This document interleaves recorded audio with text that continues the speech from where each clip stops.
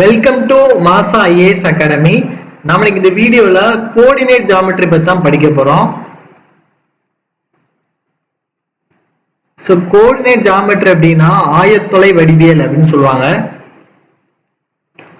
So இந்த ஆயத்தொலை அப்படிங்கறது நம்ம தெரிஞ்சுக்கலாம். சோ அந்த டிஸ்டன்ஸை பேஸ் பண்ணி படிக்கக்கூடிய டாபிக் தான் என்னன்னா கோஆர்டினேட் ஜியோமெட்ரி, ஆயத்தொலை வடிவியல். அந்த டிஸ்டன்ஸை பேஸ் பண்ணி நம்ம படிக்கக்கூடிய டாபிக் தான் என்னது கோஆர்டினேட் ஜியோமெட்ரி அப்படின்னு நம்ம அர்த்தம். சரியா? சோ இந்த டாபிக்ல நம்ம ஒரு 4 விஷயத்தை பத்தி படிப்போம். சோ ஃபர்ஸ்ட் ஒன் பாத்தீங்க அப்படின்னா டிஸ்டன்ஸ்னா என்னன்னு படிப்போம், அதோட ஃபார்முலா என்ன அப்படிங்கறத பத்தி படிப்போம். ரெண்டாவது செக்ஷன் ஃபார்முலா பத்தி படிப்போம். இதை பத்தி படிப்போம், செக்ஷன் ஃபார்முலானா என்ன அப்படிங்கறத பத்தி படிப்போம். சோ மூணாவது பாத்தீங்க அப்படின்னா மிட் பாயிண்ட்னா என்ன, நடுப்புள்ளினா என்ன, அதை பத்தி படிப்போம். சோ நாலாவது ஏரியா. சோ ஏரியா எப்படி கண்டுபிடிக்கணும், இந்த 4 பத்தி தான் நம்ம இந்த டாபிக்ல படிக்க போறோம். சரியா? சோ டிஸ்டன்ஸ்னா என்ன, சோ அதை பத்தி படிக்கலாம். சோ டிஸ்டன்ஸ் அப்படின்னா நம்ம என்ன சொல்லுவாங்கன்னா தொலைவுன்னு சொல்லுவாங்க. கரெக்டா? டிஸ்டன்ஸ் என்ன சொல்லுவாங்க, தொலைவு அப்படின்னு சொல்லுவாங்க. சோ இங்க டிஸ்டன்ஸ் அப்படிங்கிறது என்ன அப்படின்னா 2 புள்ளிகளுக்கு இடைப்பட்ட தொலைவு, அதான் என்ன சொல்லுவாங்க டிஸ்டன்ஸ் சொல்லுவாங்க. சோ 2 புள்ளி நம்ம என்ன எடுத்துக்கலாம், AB அப்படின்னு நம்ம 2 புள்ளி எடுத்துக்கலாம்.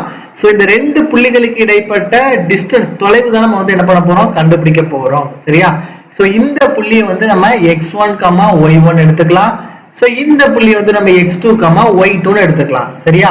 சோ இதோட டிஸ்டன்ஸ் நம்ம கண்டுபிடிக்கணும் அப்படின்னா நமக்கு டிஸ்டன்ஸ்க்கான ஃபார்முலா என்ன அப்படின்னா root of x2 minus x1 the whole square, x2 minus x1 the whole square plus y2 minus y1 the whole square. இதான் டிஸ்டன்ஸ்க்கான ஃபார்முலா. சரியா?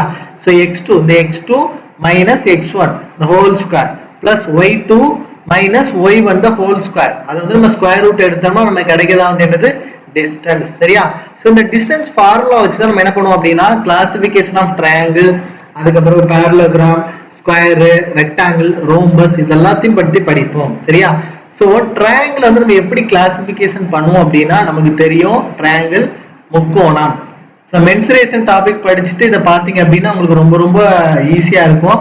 சோ மென்சுரேஷன் நம்ம ஆப்ல நம்ம அப்லோட் பண்ணியிருப்போம், யூடியூப் சேனல்ல அப்லோட் பண்ணியிருப்போம். ஸோ மென்சுரேஷன் பார்த்துட்டு இந்த இது பார்த்தீங்கன்னா உங்களுக்கு ரொம்ப ஈஸியா இருக்கும். சரியா? ஸோ ட்ரையாங்கிள், முக்கோணம், மென்சுரேஷன் படிச்சிருப்போம். சரியா? So first one equilateral triangle. First one என்னது, ஈக்குலேட்டரல் ட்ரையாங்கிள். சரியா? சோ சமபக்க முக்கோணம் சொல்லுவாங்க. சோ ஒரு முக்கோணம் சமபக்க முக்கோணமா இல்லையா அப்படின்னு கண்டுபிடிக்க சொல்லுவாங்க. அது எப்படி கொடுப்பாங்க அப்படின்னா பாயிண்ட் கொடுத்துருவாங்க, x1, y1. சரியா? ஏங்கிற பாயிண்ட், பிங்கிற பாயிண்ட் x2, y2. ஓகேவா? சிங்கிற பாயிண்ட் x3, y3. இந்த மாதிரி ஒரு 3 பாயிண்ட் கொடுத்துட்டு இந்த 3 பாயிண்ட் ஒரு ட்ரையாங்கிளை உருவாக்கும், ஒரு முக்கோணத்தை உருவாக்கும் சொல்லி கொடுத்துருவாங்க. கொடுத்துட்டு அவங்க என்ன கேட்பாங்க நம்ம கிட்ட, இந்த முக்கோணம் என்ன முக்கோணமா இருக்கும், சமபக்க முக்கோணமா இருக்குமா, அசமபக்க முக்கோணமா இருக்குமா, இல்ல இரு சமபக்க முக்கோணமா இருக்குமான்னு கேட்பாங்க. அப்ப நம்ம என்ன பண்ணணும் அப்படின்னா ஈக்குவேட்டட் ட்ரையாங்கிள் என்னது ஆல் சைட்ஸா ஈக்குவல். கரெக்டா? நம்ம ஒரு ட்ரையாங்கிள் இந்த மாதிரி வரையணும்னு வச்சுக்கோங்களேன். சோ ஏபிசி நம்ம வரையறோம்.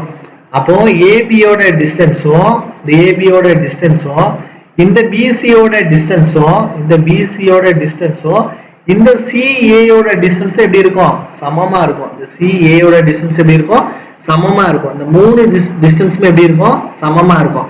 அப்படி சமமா இருந்தா அது என்ன சொல்லுவாங்க, ஈக்குவலேட்டரல் ட்ரையாங்கிள் சொல்லுவாங்க, சமபக்க முக்கோணம் அப்படின்னு சொல்லுவாங்க. சரியா? அப்ப நீங்க ஃபர்ஸ்ட் என்ன கண்டுபிடிக்கணும், ஏபியோட டிஸ்டன்ஸ் கண்டுபிடிக்கணும். எப்படி கண்டுபிடிப்பீங்க, டிஸ்டன்ஸ் ஃபார்முலா இருக்குல்ல, root of x2 minus x1 the whole square plus y2 minus y1 the whole square இருக்குல்ல. சோ அந்த ஃபார்முலா போட்டு டிஸ்டன்ஸ் கண்டுபிடிப்பீங்க. அதுக்கப்புறம் பிசியோட டிஸ்டன்ஸ் கண்டுபிடிப்பீங்க. அதுக்கப்புறம் சிஏயோட டிஸ்டன்ஸ் கண்டுபிடிப்பீங்க. இந்த 3 டிஸ்டன்ஸும் சேமா இருந்தா அது என்னது ஈக்குவலேட்டரல் ட்ரையாங்கிள். சரியா? சோ இதே மாதிரி தான் நம்ம எது கண்டுபிடிப்போம், ஐசோசில் ட்ரையாங்கிள் கண்டுபிடிப்போம். ஐசோசில் ட்ரையாங்கிள். சோ ஐசோசில் ட்ரையாங்கிள் அப்படின்னா என்ன சொல்லுவாங்க, இரு சமபக்க முக்கோணம். அதுல 2 பக்கம் சமமா இருந்து ஒரு பக்கம் வித்தியாசமா இருந்துச்சுன்னா அது என்னது ஐசோசில் ட்ரையாங்கிள். சரியா?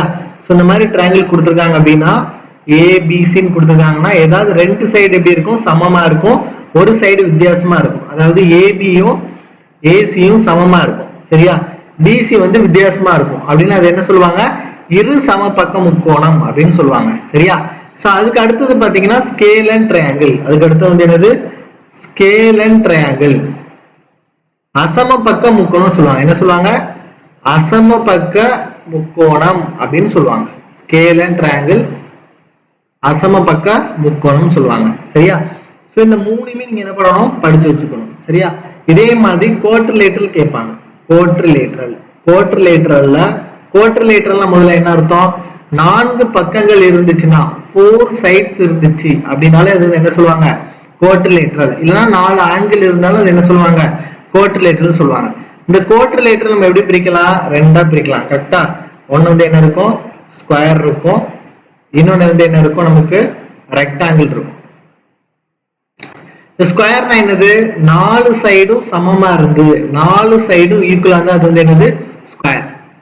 ஆப்போசிட் சைடு வந்து ஈக்குவலா இருந்தா அது வந்து என்னது, ரெக்டாங்கிள். ஆப்போசிட் சைடு எதிர் எதிர் பக்கங்கள் சமமா இருந்தா அது வந்து என்னது, ரெக்டாங்கிள். அப்ப ஸ்கொயர்னா எல்லா சைடுமே ஈக்குவலா இருக்கும். இது ஏனா இது ஏ, இது ஏ, இது ஏன்னு இருக்கும். சரியா, சோ ரெக்டாங்கிள் அப்படின்னா நமக்கு வந்து இப்படி இருக்கும். ரெக்டாங்கிள்னா இந்த மாதிரி இருக்கும். சரியா, இது லெங்த், இது லெங்த், இது பிரெத், இது பிரெத். சோ இந்த மாதிரி இருக்கும். எல்லா சைடுமே ஈக்குவலா இருந்தா அது வந்து என்னது, ஸ்கொயர்னு சொல்லுவாங்க. இந்த ரெக்டாங்கிளை பொறுத்த வரைக்கும் ஆப்போசிட் சைடு வந்து ஈக்குவலா இருந்தா அது என்ன சொல்லுவாங்க, ரெக்டாங்கிள் சொல்லுவாங்க. சரியா, சோ நம்ம வந்து அடுத்து என்ன பார்க்க போறோம் அப்படின்னா, இந்த ரெக்டாங்கிள் இந்த ஸ்கொயரை பாத்தீங்கன்னா நமக்கு ரெண்டா பிரிக்கலாம். ஒன்னு வந்து என்ன சொல்லுவாங்க, ஸ்கொயர்னு சொல்லலாம், இல்ல ரோம்பஸ் சொல்லலாம். ஒன்னு வந்து ஸ்கொயர் நம்ம படிச்சோம், இன்னொன்னு எப்படி சொல்லலாம், ரோம்பஸ் சொல்லலாம். இதுக்கும் 4 சைடு எப்படிதான் இருக்கும், ஈக்குவலா தான் இருக்கும். அதே மாதிரி இது என்ன சொல்லுவாங்க, ஒன்னு ரெக்டாங்கிள் சொல்லுவாங்க, இல்லைன்னா என்ன சொல்லுவாங்க, பேரலோகிராம் சொல்லுவாங்க. இல்லைன்னா என்ன சொல்லுவாங்க, பேரலோகிராம் அப்படின்னு சொல்லுவாங்க. சரியா, சோ ஸ்கொயர்னா தெரியும், சதுரம் நமக்கு தெரியும். ரோம்பஸ்னா சாய் சதுரம் அப்படின்னு சொல்லுவாங்க. சரியா, சோ ரெக்டாங்கிள்னா செவ்வகம் தெரியும், பேரலோகிராம்னா இணைகரம். சரியா, இப்ப 4 சைடு ஈக்குவலா இருந்துச்சு அப்படின்னா நம்ம வந்து அது ஸ்கொயரா சொல்லுவோமா இல்லைன்னா ரோம்பஸா சொல்லுவோமான்னு ஒரு டவுட் வரும். அப்ப அந்த டைம்ல நீங்க என்ன பண்ணணும் அப்படின்னா, அடுத்த கண்டிஷன் நீங்க என்ன பண்ணணும், செக் பண்ணணும். என்ன கண்டிஷன் அப்படின்னா, டயகனல் வந்து ஈக்குவலா இருந்துச்சு, டயகனல் வந்து ஈக்குவலா இருந்துச்சு அப்படின்னா அது வந்து என்னது, ஸ்கொயர். இங்க டயகனல் ஈக்குவலா இருந்துச்சுன்னா அதுக்கு பேர் வந்து என்னது, ரெக்டாங்கிள். சரியா, அதே நேரத்துல டயகனல் வந்து என்னது, மூளை விட்டம்பா. டயகனலா வந்து என்னது, மூளை விட்டம் தமிழ்ல. சோ மூளை விட்டம் வந்து நாட் ஈக்குவலா இருந்துச்சு அப்படின்னா அதுக்கு பேர் வந்து என்னது, ரோம்பஸ். சோ இதுல பேர் வந்து என்னது, பேரலோகிராம். சரியா, அப்ப நீங்க என்ன பண்ணணும் அப்படின்னா, மூளை விட்டம்னா என்ன அப்படின்னா ஒரு ஸ்கொயர் வச்சு நான் சொல்லி தரேன், ரெக்டாங்கிள் நீ அதே மாதிரி போட்டா போதும். சரியா, சோ ஏபிசிடி அப்படின்னு நமக்கு வந்து ஒரு ஸ்கொயர் இருக்குன்னு வச்சுக்கோங்க. ஏடி வந்து என்னது, ஒரு டயகனல். ஏடி வந்து என்னது, ஒரு டயகனல். பிசிங்கிறது வந்து என்னது, இன்னொரு டயகனல். சோ இந்த ரெண்டு டயகனலும் ஈக்குவலா இருந்தா ஸ்கொயர், நாட் ஈக்குவலா இருந்தா ரோம்பஸ். சரியா, சோ இப்படிதான் நம்ம வந்து இதை கண்டுபிடிப்போம். சரியா, சோ அடுத்தது நம்ம படிக்கக்கூடியது வந்து என்ன அப்படின்னா, இந்த டிஸ்டன்ஸ் ஃபார்முலா வச்சு நம்ம என்ன படிப்போம் அப்படின்னா, கோலீனியர் அப்படிங்கிறது வந்து படிப்போம். சரியா, கோலீனியர். கோலீனியர்னா ஒரு கோடமைந்த புள்ளிகள், ஒரு கோடமைந்த புள்ளிகள் அப்படின்னு சொல்லி நம்ம படிப்போம். ஒரு கோடமைந்த புள்ளிகள் அப்படின்னு சொல்லி படிப்போம், கோலீனியர். சரியா, அதாவது ஏபிசி, அதாவது ஏ பி சி அந்த மாதிரி நம்ம வந்து ஒரு கோடமைந்த புள்ளிகள் அப்படின்னு சொல்லி நம்ம படிப்போம். சரியா, அதுல வந்து என்ன அப்படின்னா, ரெண்டு டிஸ்டன்ஸ் ஆட் பண்ணா, ரெண்டு டிஸ்டன்ஸ் வந்து நம்ம ஆட் பண்ணோம் அப்படின்னா மூணாவது டிஸ்டன்ஸ் கிடைக்கும். ரெண்டு டிஸ்டன்ஸ் ஆட் பண்ணா நமக்கு என்ன கிடைக்கும், மூணாவது டிஸ்டன்ஸ் கிடைக்கும். அப்படி கிடைச்சதுன்னா அது வந்து என்னது, கோலீனியர்னு அர்த்தம். சொல்ற புரியுதா, இப்ப ஏபிங்கிற டிஸ்டன்ஸையும் பிசிங்கிற டிஸ்டன்ஸ் நம்ம ஆட் பண்ணோம் அப்படின்னா ஏசி கிடைக்கும். சொல்ற புரியுதா, ஏபிங்கிற டிஸ்டன்ஸையும் பிசிங்கிற டிஸ்டன்ஸையும் ஆட் பண்ணா நமக்கு என்ன கிடைக்கும், ஏசி கிடைக்கும். ஸோ இதான், ஏதாவது ரெண்டு டிஸ்டன்ஸை நம்ம ஆட் பண்ணும்போது மூணாவது டிஸ்டன்ஸ் கிடைச்சுன்னா அதுக்கு பேர் வந்து என்னது, கோலீனியர் அப்படின்னு அர்த்தம். சரியா, இது நம்ம டிஸ்டன்ஸ் ஃபார்முலால தான் வருவாங்க. சரியா, அடுத்தது நம்ம ரெண்டாவது நம்ம படிக்கக்கூடியது வந்து என்ன அப்படின்னா section formula. Section formula. Section அப்படின்னா பிரிக்கும் புள்ளின்னு அர்த்தம். செக்ஷன் என்னது அர்த்தம்? பிரிக்கும் புள்ளி அப்படின்னு அர்த்தம். இதுல ரெண்டு இருக்குது சரியா. ஒன்னு வந்து உட்புறமாக பிரிக்கும், இன்னொன்னு வெளிப்புறமாக பிரிக்கும் அப்படின்னு நமக்கு ரெண்டு இருக்குது. ஒன்னு வந்து இன்டர்னலி உட்புறமாக பிரித்தல், இன்டர்னலி அப்படின்னு என்ன சொல்லுவாங்க, உட்புறமாக பிரித்தல் அப்படின்னு ஒண்ணு இருக்குது சரியா. சோ இன்டர்னலில வந்து என்ன அப்படின்னா இந்த மாதிரி இருக்கும், ஒரு புள்ளி வந்து இந்த மாதிரி இருக்கும். சோ x1, y1, அதே மாதிரி x2, y2 இந்த மாதிரி இருக்கும் சரியா. சோ வந்து இன்டர்னலியா பிரிக்குது அப்படின்னா இது வந்து m1 ரேஷியோ m2 அப்படின்னு நமக்கு இன்டர்னலியா பிரிக்குது. நம்ம வந்து இதுக்கு வந்து ஒரு ஃபார்முலா இருக்கு, இன்டர்னலியா பிரிக்குது. அதாவது ரெண்டு புள்ளி AB நமக்கு ரெண்டு புள்ளி எடுத்துக்கிட்டோம் அப்படின்னா அதை உட்புறமாக m1:m2 அப்படின்னு பிரிக்கும். கண்டிப்பா இந்த கொஸ்டின்ல கொடுத்துருவாங்க, ரேஷியோ கொடுத்துருவாங்க. அதாவது ஒரு 3:2 அப்படிங்கிற விகிதத்துல ஒரு புள்ளி வந்து பிரிக்குது, இந்த மாதிரி கொடுத்துருவாங்க சரியா.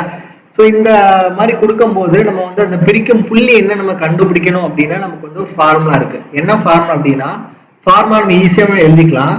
என்ன பண்ணுங்க அப்படின்னா m1 plus m2 போட்டுக்கோங்க, divided by m1 plus m2 போட்டுக்கோங்க சரியா. கமா m1 plus m2 அதே மாதிரி divided by m1 plus m2 போட்டுக்கோங்க கரெக்டா. ஸோ இப்போ என்ன பண்ணணும் அப்படின்னா இந்த m1ல என்ன இல்லைன்னு பாருங்க. m1ல என்ன இல்ல, x இல்லையா. ஸோ x2 போட்டுக்கோங்க, x2. m2 இருக்குதா, அப்ப x1 போட்டுக்கோங்க கரெக்டா. அதே மாதிரி m1 into y2, இது வந்து என்னது y1, அவ்வளவுதான். ஈஸியாவே ஞாபகம் வச்சுக்கலாம். அப்ப m1 x2 plus m2 x1 divided by m1 plus m2, m1 y2 plus m2 y1 divided by m1 plus m2 சரியா. சாரி, m2 into y1 சரியா. இது வந்து இன்டர்னலி பிரிக்கிறதுக்கான ஃபார்முலா. இதே இது எக்ஸ்டர்னலா பிரிக்குதுன்னு வச்சுக்கோங்க. ஒரு புள்ளி வந்து எப்படி பிரிக்குது, எக்ஸ்டர்னலி பிரிக்குது, வெளிப்புறமாக பிரிக்குது, வெளிப்புறமாக பிரிக்குது, எக்ஸ்டர்னலா பிரிக்குது, வெளிப்புறமாக பிரிக்குது அப்படின்னா நம்ம என்ன பண்ணணும் அப்படின்னா அதே மாதிரி தான். ஸோ ஒரு கோடு இருக்கும், நம்ம ஏபி நமக்கு வந்து ஒரு புள்ளி நம்ம எடுத்துக்கலாம். ஸோ இந்த வெளிப்புறமா பிரிக்குது அப்படின்னா மூணாவது இந்த சிங்கிற புள்ளியில வந்து என்ன இருக்கும், அது பிரிச்சிருக்கும். அப்ப ரேஸ் வந்து இங்க இருந்தா இருக்கும், m1:m2. இந்த வெளிப்புறமா அது வந்து என்ன ஆகும், பிரிச்சிருக்கும் சரியா. அதாவது எப்படி இருக்கும் அப்படின்னா இது மொத்தமும் வந்து ஒரு 15 இருக்குன்னு வச்சுக்கோங்களேன். இது வந்து 3 சரியா. அப்போ 15:3. அப்ப இதுதான் வந்து என்னது மொத்தமா இருக்குது வந்து m1. மொத்தமா அதாவது ஏல இருந்து சி வரைக்கும் இருக்குல்ல, அது வந்து m1. இந்த பில இருந்து சி இருக்கு தெரியுமா, அது வந்து m2. அந்த மாதிரி நமக்கு ரெண்டா பிரிச்சிருக்கோம் அப்படின்னு அர்த்தம். அப்ப ஏபி தான் நம்ம வந்து என்ன பண்ற மாதிரி இருக்கும், கண்டுபிடிக்கிற மாதிரி இருக்கும் சரியா. சோ இந்த மாதிரி இதுக்கு இதே ஃபார்முலா நீங்க என்ன பண்ணா போதும், மைனஸ் போட்டு எழுதினா போதும், நம்ம என்ன பண்ணலாம், ஆன்சர் எடுத்துடலாம். So m1 into x2 minus m2 x1 divided by m1 minus m2 சரியா. Comma m1 y2 minus m2 y1 divided by m1 minus m2 சரியா. இதான் எக்ஸ்டர்னலி பிரிக்கிறதுக்கான ஃபார்முலா சரியா. சோ அவ்வளவுதான், செக்ஷன் ஃபார்முலா நமக்கு ரெண்டு தான் இருக்கு சரியா. அடுத்தது இது கூட இதையும் படிச்சு வச்சுக்கோங்க. என்ன அப்படின்னா பாயிண்ட் ஆஃப் டிவிஷன் அப்படின்னு ஒண்ணு உண்டு, பாயிண்ட் ஆஃப் டிவிஷன் சரியா. இந்த பாயிண்ட் ஆஃப் டிவிஷன் வந்து என்ன அப்படின்னா அந்த ஆக்சிஸ்ல நம்ம பிரிக்கக்கூடிய புள்ளி தான் வந்து என்னது, பாயிண்ட் ஆஃப் டிவிஷன் சொல்லுவாங்க.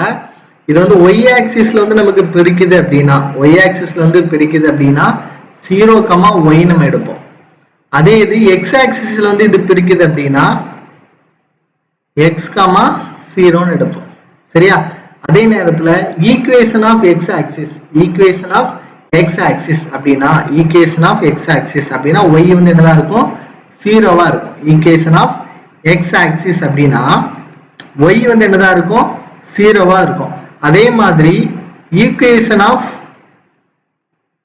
y ஆக்சிஸ் அப்படின்னா x வந்து என்னதான் இருக்கும், 0வா இருக்கும். ஸோ இந்த ரெண்டு விஷயத்தை என்ன பண்ணாதீங்க, மறக்காதீங்க சரியா. ஸோ அடுத்தது பார்த்தீங்கன்னா மிட் பாயிண்ட். அடுத்து நம்ம என்ன படிக்க போறோம், மிட் பாயிண்ட். தேர்ட் வந்து நம்ம படிக்கக்கூடியது வந்து என்ன அப்படின்னா மிட் பாயிண்ட், அதை பத்தி தான் படிப்போம். நடுப்புள்ளி, எதுக்கு வேணாலும் நம்ம நடுப்புள்ளி வந்து கண்டுபிடிக்கலாம். முக்கியமா நம்ம நடுப்புள்ளி வந்து எதுக்கு கண்டுபிடிப்போம் அப்படின்னா ஒரு இதோட டயகனல் கண்டுபிடிப்போம். அதாவது ஒரு ஸ்கொயர் இருக்குன்னு வச்சுக்கோங்களேன். சோ இதுதான் என்ன சொல்லுவாங்கன்னா மிட் பாயிண்ட் சொல்லுவாங்க. இதுக்கு பேர் தான் வந்து என்னது மிட் பாயிண்ட். நம்ம வந்து ஒரு ஏபிசிடி நம்ம எடுத்துப்போமே, ஏபிசிடின்னு எடுத்துக்கிட்டோம் அப்படின்னா இந்த ஏடி இருக்குல்ல, இந்த ஏடியோட மிட் பாயிண்டும் இந்த பிசி இருக்குல்ல, இந்த பிசியோட மிட் பாயிண்ட் எப்படி இருக்கும், சமமா இருக்கும், சேமா இருக்கும். ஸோ அதை கண்டுபிடிக்கிறதுக்கான இந்த மிட் பாயிண்ட் ஃபார்முலா வந்து நம்ம என்ன பண்ணுவோம், யூஸ் பண்ணுவோம். ஸோ மிட் பாயிண்ட் ஃபார்முலா வந்து என்ன அப்படின்னா x1 plus x2 by 2 comma y1 plus y2 by 2 இதான் மிட் பாயிண்டோட formula. x1 plus x2 by 2 comma y1 plus y2 by 2 இதான் வந்து என்னது மிட் பாயிண்டோட ஃபார்முலா. சரியா? சோ fourth one நம்ம என்ன படிப்போம் அப்படின்னா ஏரியா. fourth one நம்ம என்ன படிப்போம் அப்படின்னா ஏரியா. சரியா? சோ இதே கோஆர்டினேட் ஜியோமெட்ரில பரப்பளவு கொடுத்தா எப்படி கண்டுபிடிப்போம் அப்படின்னு சொல்லி படிக்க போறோம். சரியா? சோ பரப்பளவு பொறுத்தவரைக்கும் இதுல வந்து நமக்கு ஸ்கொயர் கொடுக்கலாம், இல்லனா ட்ரையாங்கிள் கொடுக்கலாம். சரியா? ஸ்கொயர் அதாவது குவாட்ரிலேட்டரல் கொடுக்கலாம், இல்ல அப்படின்னா என்ன கொடுக்கலாம், ட்ரையாங்கிள் கொடுக்கலாம். சோ குவாட்ரிலேட்டரல் அப்படின்னா நமக்கு 4 பாயிண்ட் உண்டு. x1, y1 ஒரு பாயிண்ட் ஏங்கிற பாயிண்ட் எடுத்துக்கலாம், பிங்கிற பாயிண்ட் வந்து x2, y2 எடுத்துக்கலாம். அதே மாதிரி சிங்கிற பாயிண்ட் வந்து x3, y3 எடுத்துக்கலாம். டிங்கிற பாயிண்ட் வந்து x4, y4 எடுத்துக்கலாம். ட்ரையாங்கிள் பாத்தீங்கன்னா அதே மாதிரி ஏங்கிற பாயிண்ட் வந்து x1, y1 எடுத்துக்கலாம், பிங்கிற பாயிண்ட் வந்து x2, y2 எடுத்துக்கலாம், சிங்கிற பாயிண்ட் வந்து x3, y3 நம்ம எடுத்துக்கலாம். சரியா? சோ இந்த மாதிரி நம்ம ட்ரையாங்கிள் நம்ம கேட்கும் போது நம்ம என்ன ஃபார்முலா வந்து யூஸ் பண்ணுவோம் அப்படின்னா half into இங்க என்னெல்லாம் இருக்குன்னு பாருங்க, x1, x2, x3, y3 இருக்கா. அப்போ x1, y1, x2, y2, x3, y3, x4, y4 திரும்ப x1, y1 போட்டா போதும். அவ்வளவுதான், முடிஞ்சு போச்சு. சொல்ற புரியுதா உங்களுக்கு? எத்தனை பாயிண்ட் கொடுத்துருக்காங்களோ அத்தனை பாயிண்ட் எழுதிட்டு லாஸ்ட்ல அந்த x1, y1 போட்டா போதும். இப்போ நம்ம என்ன பண்ணணும் அப்படின்னா அந்த 1/2 முன்னாடி போட்டுவாங்க. சரியா? அப்போ 1/2 இன்ட்டு இதெல்லாம் மல்டிப்ளை பண்ண போறோம். x1 into y2, x1 into y2. சரியா? பிளஸ் ரெண்டு மல்டிப்ளை பண்ணா போதும், பிளஸ். சரியா? x2 into y3, x2 into y3, x1 into y2, x2 into y3. சரியா? பிளஸ் அது மாதிரி x3 into y4 plus x3 into y4. சரியா? Plus x4 into y1, x4 into y1. இதெல்லாம் ஒரு சைட ஃபுல்லா பிளஸ் பண்ணி முடிச்சுட்டு ரெண்டாவது நீங்க என்ன பண்ண போறீங்க அப்படின்னா அப்படியே மைனஸ் பண்ண போறீங்க. கரெக்டா? என்ன பண்ண போறீங்க, மைனஸ் பண்ண போறீங்க. மைனஸ் போட்டுட்டு கீழ இருந்து y1 into x2, y1 into x2 plus y2 into x3, y2 into x3. சரியா? plus y3 x4, y3 x4 plus y4 x1. அவ்வளவுதான், முடிஞ்சு போச்சு. நம்ம என்ன பண்ணலாம், இந்த குவாட்ரிலேட்டரல் என்ன கேட்டாலும் இந்த ஃபார்முலா அப்ளை பண்ணா போதும், நம்ம அதோட ஏரியா வந்து கிடைச்சிடும். இதே நேரத்துல அது வந்து ட்ரையாங்கிளா இருக்குன்னு வச்சுக்கோங்களேன். சோ ட்ரையாங்கிள் நம்ம என்ன படிச்சோம், 3 பாயிண்ட் படிச்சோமா, a வந்து x1, y1 படிச்சோமா. அப்ப ட்ரையாங்கிள்னால அதே மாதிரி தான் 1/2 into x1, y1, x2, y2, x3, y3 முடிஞ்சு போச்சா. திரும்ப ஒரு x1, y1 போட்டா போதும், நம்ம என்ன பண்ணலாம், ஆன்சர் எடுத்துடலாம். அப்ப என்ன பண்ணுவீங்க, அதே மாதிரி தான் மல்டிப்ளை பண்ணுவீங்களா, மேல உள்ளலாம் மல்டிப்ளை பண்ணுவீங்க. அப்ப x1, y2 சரியா, plus x2, y3 plus x3, y1 முடிஞ்சுதா. இது ஒரு பாயிண்ட் முடிஞ்சுதா. மைனஸ் போட்டீங்க அப்படின்னா கீழ இருந்து மேல மல்டிப்ளை பண்ணா போதும், ஆன்சர் எடுத்துடலாம். So y1 x2 plus y2 x3, y2 x3 plus y3 x1 முடிஞ்சு போச்சு. புரிஞ்சுதா? சோ முன்னாடி வந்து ஒரு 1/2 போட்டுக்கோங்க. அவ்வளவுதான், நம்ம என்ன பண்ணலாம், ஆன்சர் எடுத்துடலாம். ஏரியா வந்து நம்ம என்ன பண்ணலாம், கண்டுபிடிச்சிடலாம். சோ கோஆர்டினேட் ஜியோமெட்ரில இது வரைக்கும் உள்ளதை என்ன பண்ணிக்கோங்க, நீட்டா ஒரு நோட்டு போட்டு எழுதிக்கோங்க. இதுக்கப்புறம் நம்ம வந்து மாடல் 1, 2, 3, 4 நம்ம போடும்போது ஈஸியா என்ன பண்ணலாம், படிச்சு முடிச்சிடலாம். Thank you so much for watching.